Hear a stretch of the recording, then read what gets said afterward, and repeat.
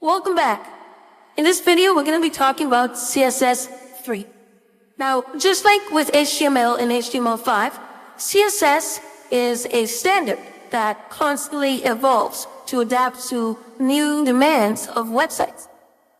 So CSS 3 is the latest evolution of CSS, where we've added new properties and new features so that we can make our design even better. So if you remember, in our diagram over here, all these browsers have different developers, different teams that work on implementing their features. Now, in an ideal world, everybody agrees on what CSS does, and when new features and new properties are added, everybody implements them at the same time. But that's simply not the case. Some browsers might work with some property, some might not, because they haven't gotten around to making it work. So let's go back to our website. Now let's play with one of my favorite CSS3 properties. How cool would it be if when we hover over these pictures, the picture moves? Well, with CSS3, they've introduced something called transition. And if I do all 1 second, and I will explain what that does in 1 second. Image hover. So this should be familiar, where when we hover, we want the image to transform. This is a new property as well. And we'll say scale 1.1. So let's see what happens. I refresh. Look at that. My images are now moving on hover. Isn't that cool? What these properties do is say that I want the image to transition when an action is taken upon it, and I want all the properties to transition over 1 second. And what's that transition going to be? Well, when I hover, I want it to transform by a scale of 1.1. So it's essentially growing.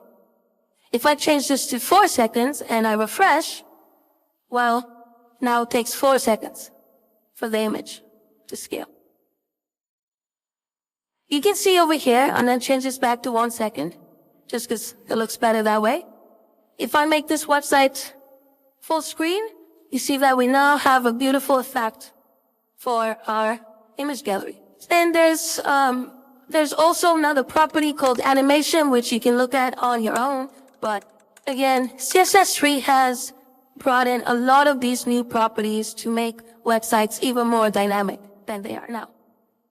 But there is a little caveat to using such properties. And that is, you want to make sure that each browser has implemented a new feature. So if I go to one of our favorite websites, W3 Schools, they have a CSS browser support reference. And here you can look at all the CSS to make sure that browsers support whatever property you want to use. So if we go to transition, we see that it is supported by all latest browsers. But you also see that if we go to something like user select, they have this MS, Moz, WebKit line over it. And if we scroll all the way down, it'll show you that it is supported by Internet Explorer with prefix MS. What does that mean? Well, these are browser prefixes, and you'll see them every once in a while. What it is these are new features of CSS that haven't fully been implemented by the browsers. And you want to use a prefix to make sure that they work as an experimental feature in the browser. Let me explain what that means. If I wanted to add let's say a box shadow, so that means kind of making this look 3D and having a shadow underneath the edge over here. Previously, I had to do something like this, where I put box shadow, and you can read into the property to see what I'm about to do, but I'm going to do 4 pixels, 4 pixels, 5 pixels, and then the color, which is a bit of a gray.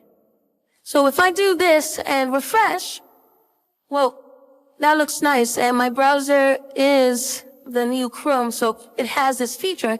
But a few years ago, when box shadow was first introduced, you had to do something like this. Box shadow. And then copy and paste this. And this makes sure that it works on the Mozilla browser. And then you also had MS, which made sure that it works on Internet Explorer. You had WebKit, which made sure that it works on Safari and Chrome. And then finally, you also had O, which made it work on the Opera browser. And then you also had to still mention the box shadow without the prefixes at the bottom. So now, if any of these browsers don't support box shadow, well, they have these prefixes so that it should work. And box shadow, it has been some time now, so you don't need to do this anymore. But there is one great way of seeing if a certain property still needs browser prefixes, and that is using something like this, which I will leave for you so you can check it out. Another thing I wanted to show you is Can I Use?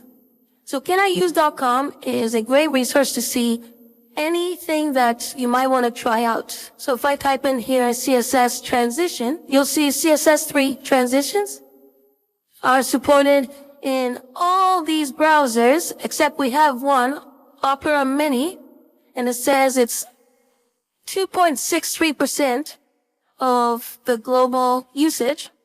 So if you use CSS3 transitions, 2.63% of the population might not be able to see it. Now, whether that is your user base or not, you can kind of decide what the trade-offs are. But this is a great thing to use. And if we use something like Flexbox, well, we see that Flexbox has all support. So it shouldn't be a problem for you to use it. Okay. Let's go back to this and just finish up this website to make it look nice. So I don't like that there's space here. Ideally, this is all the way to the left. If I do margin 0 pixels and I refresh, that actually doesn't change much because sometimes browsers have their own default margins. So the way to get around it is to do margin 0 for the body. So margin 0 pixels. Let's save and refresh. Perfect. Now we have this all the way to the left. Okay. But we do want a bit of a buffer at the top. So I'm going to add margin top.